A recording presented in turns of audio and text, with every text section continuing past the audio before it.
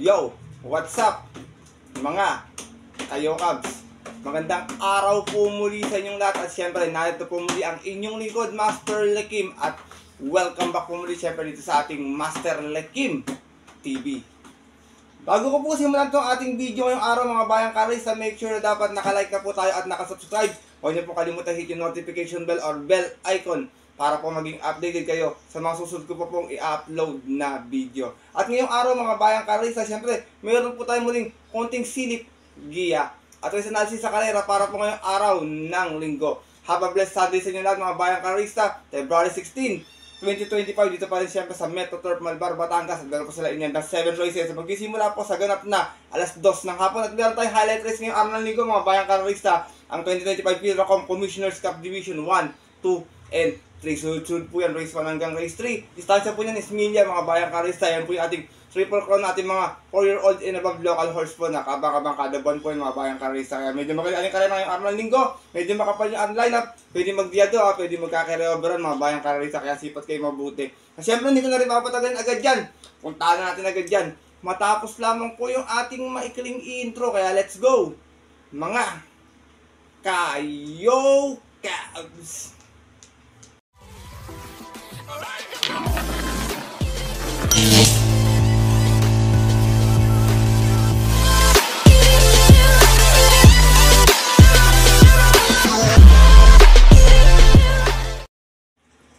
At gaya nga po ng nabanggit ko kanina sa ating intro, meron tayong 7 races na lalargaan ngayong araw po ng linggo. Siyempre, tigil-gigisang set pa rin. Take all, pick 6, pick 5, pick 4. Distansya natin, milay tatlong race natin. Yung apat po, 1400 meters. Medyo makapal yung ating lineup, mga bayang karista. Kaya din ko, pwede mga lumusot yung mga mumu or dihado, kumbaga. Pwede rin naman may posibilidad na magka-carry over mga bayang karista. Kaya sipat kayo mabuti kung may mababalik lang kayo sa inyong mga kilala or mga iba pang mga tropa-tropa. Siyempre, may sarili kayong kursunada. Huwag niyo pong kalimutan isama sa inyong diskarte at mga rota. Kaya ito, simulan ko na agad natin mga konting silipid ganito. Wala na pa itong pick pa. Siyempre, good luck po sa inyo lahat. Have a blessed Sunday racing and start na po tayo. Race number 1, start natin winner take all event. Ito yung ating 2025 Piracom Commissioners Cup Division 3. Meron tayo itong 12 runners, meron tayong 11 runners ito na maglalaban-laban. Pero 9 yung betting number lamang po mga bayang karista. Dito first choice ko, horse to beat numero 8, Diversity. Nare-rendahan po ni Mark A. Alvarez. Nag-barrier to noon, meron itong 148.2 sa milya. Siya lang mag-isa noong November 27. Kung saan si Danny Boy Camaniero po yung Roman. Alam niyo naman ito, kabayan ito. Wala rin pinipiling hinit ito. Kahit sino po sumakay, talagang nagagamay na ito. Kaya talagang napakaganda sa kanya ito ng kabayan si Diversity. Tsaka 5 eh. Kaya rin naman yung domina ito kasi medyo malakas yung mga nilalabanan na ito, bayang karista. Second choice ko, magandang dihado kasi mahabang distansya, numero 11, Winner Parade. Nare-rendahan po ni John Paul A. Guse. Last time nakadihado sa 1400, meron tong 126.6, umalis na 8.5 out of full gate. 14 runners sa isang 28.33 na rating base. At yun po ng January 26, kung saan tinalo niya po doon yung yamadong si Madam Mayhem. Same rider pa rin, John Paul A. Guse. Para sa ating numero 11, si Winner Parade. Isinasama kong third choice, magandang dihado rin. Matapang din sa laban, numero 5, Batang Kanlaon. Narerenda naman po ni Boji Henson. Nag-barrier to last time sa media, may 142.8, umalis ng 2-2 out of 2 hours sa naglaban-laban. Sa isang barrier run noong February 5, kung saan tinalo niya po doon yung kabayong si Secretary. Same rider na rin, Boji Henson. Para sa ating numero 5, si Batang Kanlaon. Race number 1, mga bayang karista. Marami rin naman matulin sa karera na to si Palawig, si King James, yan si Easy Bay, baka magkaroon ng L-speed battle, mahabay distansya, pwedeng sumipat or makadihado yung mga iba pang mga kalahok dito, bayang karista. First choice ko po muli, horse to beat numero 8, Diversity. Second choice numero 11, Winner Parade. At third choice yung numero 5, si Batang Kanlaon. Good luck po. At narito na po tayo sa ating race number 2, kung saan magsisimula natin pick 6 event. At isa naman tong 2025 Piracom Commissioners Cup Division 2. Meron naman tayo 8 players sa maglalaban-laban nito. Tingin ko nakikita mo early speed battle, Secretary, tsaka Stolen Ola, Diamond Heart yan. Tingin ko pwede maghagaran sa una niyan, milay distansya. Kaya tingin ko pwedeng makaburto sa mga re-rematic play kung sanay sa mga ganong klaseng distansya. First choice ko, number 6 is Sophisticated. Nare-rentan po ni C.S. Pare Jr. Last run nito may 125.4 na segundo sa 1400. Umalis ng 5-5 out of 7 runs na naglaban-laban sa rating base 40-53. At yun po December 21 kung saan nanalo po doon yung kabayong si Jungkook. Same rider pa rin, regular partner, C.S. Pare Jr. Para sa ating number 6 at si Sophisticated. Second choice ko, horse to beat numero 2, Open Belling. Nare-rendahan po ni Patty Dilema. Last run nito, sa 1,800 meters, nanalo, may 154.2. Umalis ng 1.5 out of 5 rounds sa naglaban lamang sa isang special race on December 8, kung saan tinalo niya po doon yung kabayong si Magtotobetsky. Same rider pa rin, Patricio Ramos Dilemma, para sa ating numero 2 sa si Open Billing. Sinasama kong third choice, baka nagpapaglang ng kalawang last time, distansya na to Numero 4, Magna Cum Laude, nare-rentan po ni Jan Sargent de Ocampo. Last run sa 1400, may 127.4 lamang. Dumating itong pang-apat, umalis na 4.5. Out of 6 hours, laban-laban sa rating is 28.33 po ng February 2, kung saan nanalo naman po doon yung kabayong si Cat Bell. Same rider pa rin, Jan Sargent de Ocampo, para sa ating numero 4 si Magna Cum Laude. Race number 2, mga bayang karerisa. Kung may masipag pa kayo magandang dihado, kayo na pong bahala, may premyo po itong karera na ito. First choice ko po muli dito, number 6, Sophisticated. Second choice, numero 2, Open Billing. At third choice, yung numero 4, si Magna Cum Laude. Good luck po. At lipat na po tayo sa ating race number 3. Another 2025 Pirocom Commissioner's Cup. Ito yung ating main highlight race ngayong araw ng linggo. Meron tayo 7 rounds na maglaban-laban. Itong mga to, naglaban-laban na sa Presidential Gold Cup to last year, bayang karerista. Kaya dito ako, first choice ko, Another Party Dilemma. Batang Manda. Nagaling to sa, Presidential Gold Cup winner nitong nakarang taon, mga bayang karerista. Nag-barrier to last time sa media, may 142.2, nanalo ito, umalis ng 2-2 out of 2 rounds sa laban-laban. At yun po ng January 24, kung saan tinalo niya po doon yung kabayong si Palawig. Same rider pa rin, nag-road jockey, Party Dilemma, para sa ating defending Gold Cup winner na si Batang Manda. Second choice ko, numero 1, Jungkook. Ito, nagdomina ng last year ng Commissioner's Cup, Classic Cup ata. Pagkakatanda ko itong si Jungkook. Meron naman to 143 last time. Nag-barrier lamang to ng January 31, nag-quarters ng 27, 24 media, 26 media, kung saan si Mark A. Alvarez yung rumenda. This time po, Kelvin na bobang narenda. Kung subukan kay Kelvin, itong kabayong si Jungkook. Race number 3, mga bayang karalisa. Baka magkaroon ng aerial speed battle mula kay Warship Pon Master at Bashiro. Tagandin ko, hagaran to. Lahat to may panalo, kahit na si Sonic Clay, ito natimbang to ng Gold Cup, may diding makabulaga dito, bayang karaysa, kaya sipat kayo mabuti sa ating Commissioner's Cup Division 1. First choice ko po muli, numero 2, Batang Manda. Second choice, numero 1, Jungkook. Good luck po. At narito na po tayo sa ating race number 4, kung saan magsisimula natin pick for event, 3-year-old and above maiden. Meron tayong 13 rounds na magalaban-laban. Another anybody's race to, bayang karaysa, alam naman itong non-winner na to, talagang mahiwaga talaga ito minsan. Pero dito ako, first choice ko, numero 12, Ladybug Red, nare-rendan po ni JT Zarate. Nasegunda na to last time, may 130.4, umalis ng 9-9, out of 10 rounds sa laban-laban. Sa isang 3-year-old maiden, at yun po ng January 18, kung saan ang nanalo po doon yung dihadong si Arthur's team. Same rider na rin, JT Zarate. Para sa ating numero 12, na si Ladybug Red.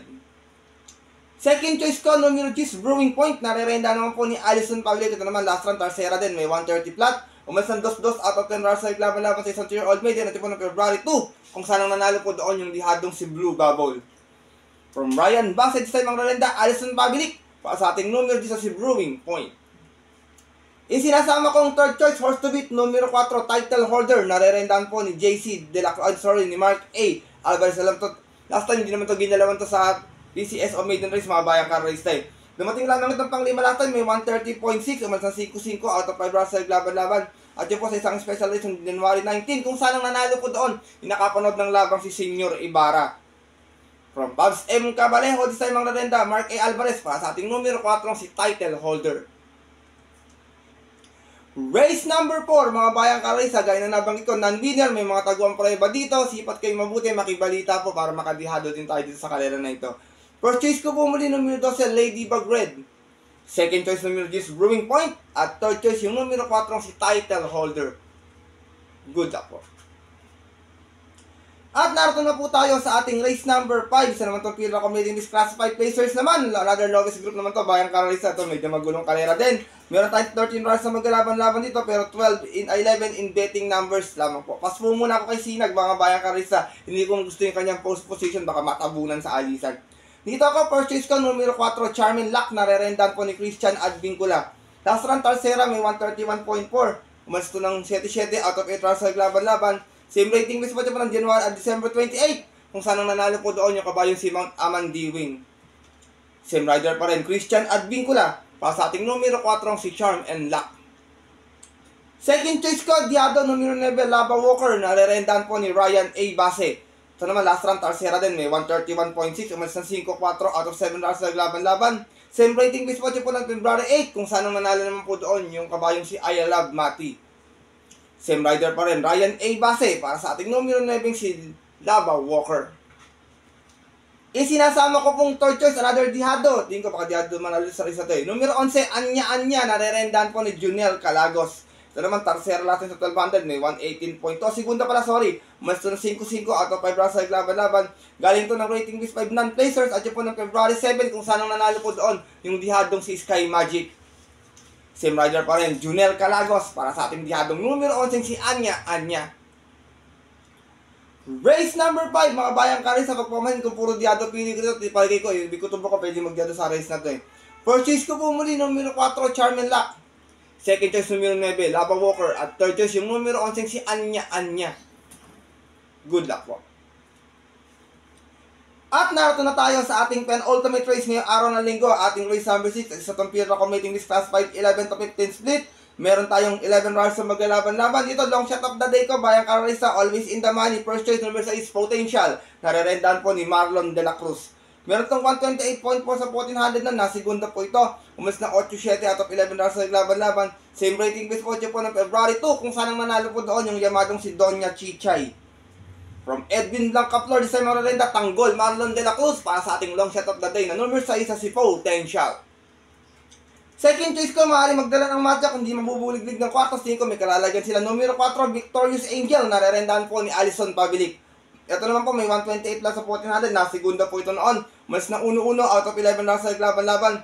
Rating base 11 to 15. Nandiyo po ng November 3. Kung saan ang nanalo naman po doon yung kabayo si Dome Sat 7. From Apprentice Angel Ramos, this time ang rarenda, Alison Pabilik. Para sa ating numero 4, si Victorious Angel. Sinasama kong third choice, horse to beat, numero 1, Lemon Bell. Narerendahan po ni Pabs M. Cabalejo. Meron naman ito 128.8 na Tarsera plus sa 1400. Umalis ng Navy G's. Out of 12 rounds sa naglaban-laban sa rating B1621. Bumaba ng grupo na dito. At yung po ng December 21 kung saan ang nanalo po doon yung kabayong si Isla Puting Bato.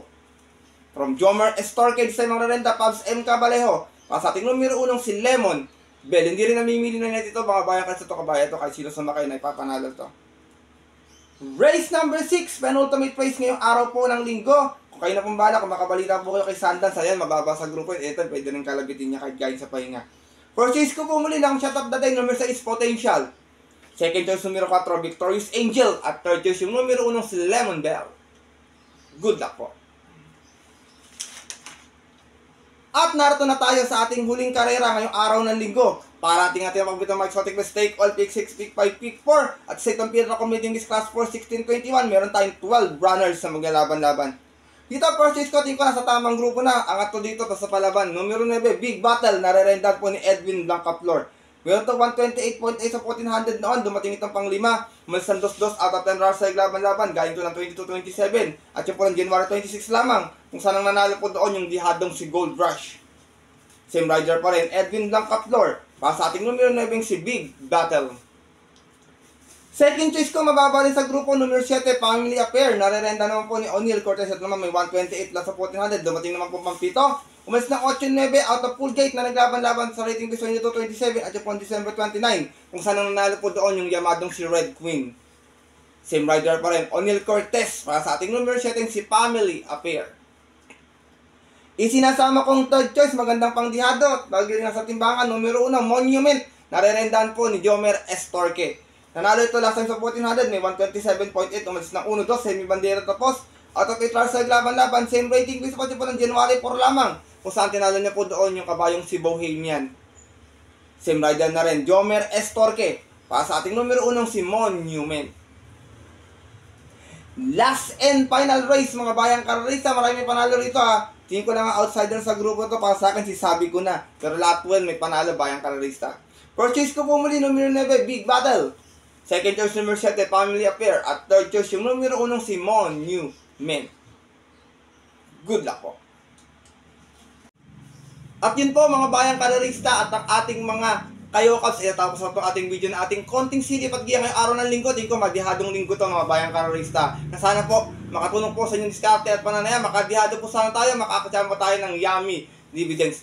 Pero pinapaalala ko po muli sa inyo lahat mga bayang kararista na maaari nyo po itong sundin kung kursadyo ng ating giya. Kung hindi naman po, wala pong problema. Siyempre, sariling aral ko lamang po ito, kuro-kuro at opinion po sa karera. Pagdating ng tayan sa takila mga bayang kararista, mas malalim po sa sarili po na po sa kursunada. And always po, kayo pa rin po yung masusunod. Good luck po muli sa inyo lahat and have a blessed Sunday racing. Maraming salamat po sa pagtutok, suporta at tiwala. Subaybay pa rin palagi dito sa ating YouTube channel. Bagamat hindi na tapat yung ating mga gito mga nagdaang araw o nagdaang buwan mga bayang kararista. Siyempre, nandiyan pa rin po yung mga solid nating mga subscribers na always nag-aabang at naghihintay na ating mga upload na video. Kaya muli, maraming salamat sa inyo lahat mga bayang kararista. Siyempre sa mga solido ditong mga kayo, Cubs. At yun po, hanggang dito na naman po tayo muli. Bawi po ako ng shoutout next week mga bayang kararista. Ito po muli ang inyong lingkod, Master Leking, na always po nagsasabi sa inyo at nagpapaalala na ang karera po dapat po libangan lamang. Ito yung tiyambahan lang at talagang tapat-tapat lang. Minsan suwerte, minsan talaga malas. Pero pag pinagbigyan tayo siyempre ng nasa taas, huwag po natin kalimutan magpasalamat sa kanya tumulong sa ating kapwa. Kaya simple, pamamaraan lamang. Ika nga, share your blessings po. Good luck po muli sa inyo lahat and happy racing. Sa mga pupunta po ng off-track betting station para saksihan yung ating Commissioner's Cup. 2 p.m. ating start time. Stay safe everyone po muli sa inyo lahat. God bless bayang kararista. Lalo na sa mga solido ditong 100% na diadistang kagaya kong mga kayo Cubs.